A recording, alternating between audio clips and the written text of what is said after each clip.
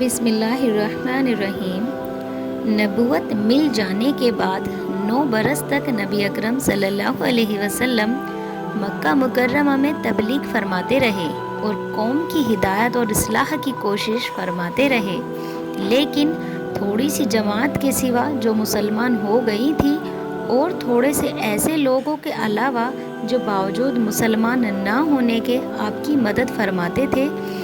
اکثر کفار مکہ آپ کو اور آپ کے صحابہ رضی اللہ عنہ کو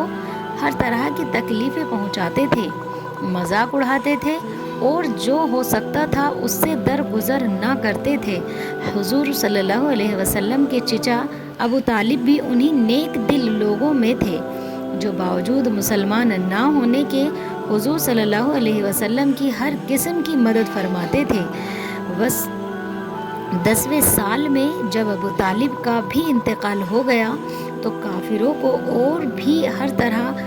کھلے مہار اسلام سے روکنے اور مسلمانوں کو تکلیف پہنچانے کا موقع ملا۔ حضور اقدس صلی اللہ علیہ وسلم اس خیال سے طائف تشریف لے گئے کہ وہاں قبیلہ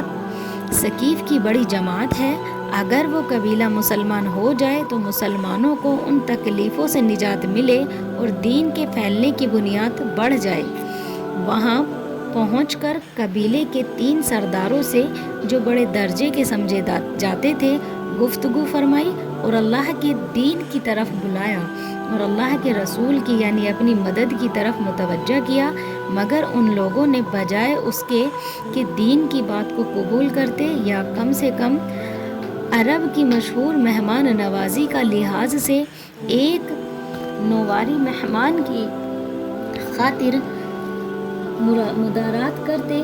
صاف جواب دے دیا اور نہایت بے رخی اور بد اخلاقی سے پیش آئے۔ ان لوگوں نے یہ بھی گوارا نہیں کیا کہ آپ یہاں قیام فرما لیں۔ جن لوگوں کے سردار سمجھ کر بات کی تھی کہ وہ شریف ہوں گے اور مہذب اور گفتگو کریں گے، ان میں سے ایک شخص بولا کہ اوہو، آپ ہی کو اللہ نے نبی بنا کر بھیجا ہے؟ تو دوسرا بولا، اللہ کو تمہارے سوا کوئی اور ملتا ہی نہیں تھا جس کو رسول بنا کر بھیجتے؟ تیسرے نے کہا، میں تجھ سے بات کرنا نہیں چاہتا اس لیے کہ اگر تو واقعی نبی ہے جیسا کہ دعویٰ ہے تو تیری بات سے انکار کر دینا مصیبت سے خالی نہیں، اور اگر جھوٹ ہے تو میں ایسے شخص سے بات کرنا نہیں چاہتا۔ اس کے بعد ان لوگوں سے نا امید ہو کر حضور اکرم صلی اللہ علیہ وسلم نے اور لوگوں سے بات کرنے کا ارادہ فرمایا کہ آپ تو ہمت و استقبال کے پہاڑ تھے، مگر کسی نے بھی قبول نہیں کیا، بلکہ بجائے قبول کرنے کے حضور صلی اللہ علیہ وسلم سے کہا کہ ہمارے شہر سے فوراً نکل جاؤ اور جہاں تمہاری چاہت کی جگہ ہو وہاں چلے جاؤ۔ حضور اکرم صلی اللہ علیہ وسلم جب ان سے بالکل مایوس ہو کر واپس ہونے لگے تو ان لوگوں نے شہر کے لڑکوں کو پیچھے لگا دیا کہ آپ کا مذاق اڑائے، تالیاں پیٹے، پتھر مارے، حتیٰ کہ آپ صلی اللہ علیہ وسلم کے دونوں جوتے خون کے جاری ہونے سے رنگین ہو گئے۔ حضور اقدس صلی اللہ علیہ وسلم ایسی حالت میں واپس ہوئے جب راستے میں ایک جگہ ان شریروں سے اطمینان ہوا تو حضور صلی اللہ علیہ وسلم نے اللہ سے یہ دعا مانگی، اے اللہ، تجھ سے شکایت کرتا ہوں، میں اپنی کمزوری اور بے کسی کی اور لوگوں میں ذلت رسوائی کی۔ اے ارحم الراحمین، تو ہی ضعفاء کا رب ہے اور تو ہی میرا پروردگار ہے۔ تو مجھے کسی کے حوالے کرتا ہے، کسی اجنبی بیگانہ کہ جو مجھے دیکھ کر ترشرود ہوتا ہے اور منہ چڑھاتا ہے، یا کہ کسی دشمن کے جس کو تو نے مجھ پر قابو دے دیا۔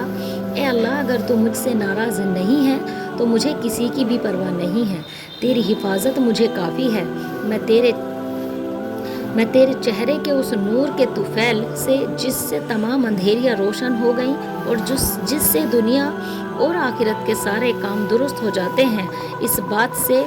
پناہ مانگتا ہوں کہ مجھ پر تیرا غصہ ہو یا تو مجھ سے ناراض ہو۔ تیری ناراضگی کا اس وقت تک دور کرنا ضروری ہے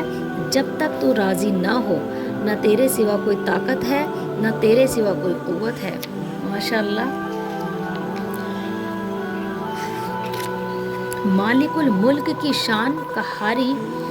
اور اس پر جوش آنا ہی تھا کہ حضرت جبرائیل علیہ السلام نے آ کر سلام کیا اور عرض کیا کہ اللہ تعالیٰ نے آپ کی قوم کی وہ گفتگو جو آپ سے ہوئی سنی اور ان کے جوابات سنے، اور ایک فرشتے کو جس کے متعلق پہاڑوں کی خدمت ہے آپ کے پاس بھیجا ہے کہ آپ جو چاہے اس کو حکم دے دیں۔ اس کے بعد اس فرشتے نے سلام کیا اور عرض کیا کہ جو ارشاد ہو میں اس کی تعمیل کروں، اگر ارشاد ہو تو دونوں جانب کے پہاڑوں کو ملا دوں جس سے یہ سب درمیان میں کچل جائیں گے، اور جو سزا آپ کو تجویز فرمائے۔ حضور صلی اللہ علیہ وسلم کی رحم و کرم ذات نے جواب دیا کہ میں اللہ سے اس کی امید رکھتا ہوں کہ اگر یہ مسلمان نہیں ہوئے تو ان کی اولاد میں سے ایسے لوگ پیدا ہوں گے جو اللہ کی بندگی کرے اور اس کی عبادت کرے۔ فائدہ یہ ہے کہ اخلاق اس کے کریم ذات کے کہ جس کے ہم لوگ نام لیے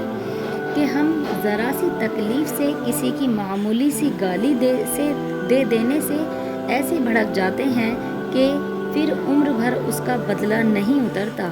ظلم پر ظلم اس پر کرتے رہتے ہیں اور دعویٰ کرتے ہیں اپنی محمدی ہونے کا، نبی کے پیروی بننے کا۔ نبی کریم صلی اللہ علیہ وسلم اتنی سخت تکلیف اور مشقت اٹھانے کے باوجود نہ بد دعا فرماتے اور نہ کوئی بدلہ لیتے۔ تو یہ تعریف تھی ہمارے محمد صلی اللہ علیہ وسلم کی۔ اللہ پاک ہمیں ان کے راستوں پہ چلنے کی توفیق عطا فرمائے، ان کا سچا اور پکا امتی بنائے، جس سے ہم جب ان کے سچے اور پکے امتی بنیں گے تو ظاہر سی بات ہے میرا اللہ پاک بھی ہم سے راضی ہو جائے گا، اور جب اللہ راضی ہو جائے گا تو دین اور دنیا دونوں کی دولت ہمیں مل جائے گی۔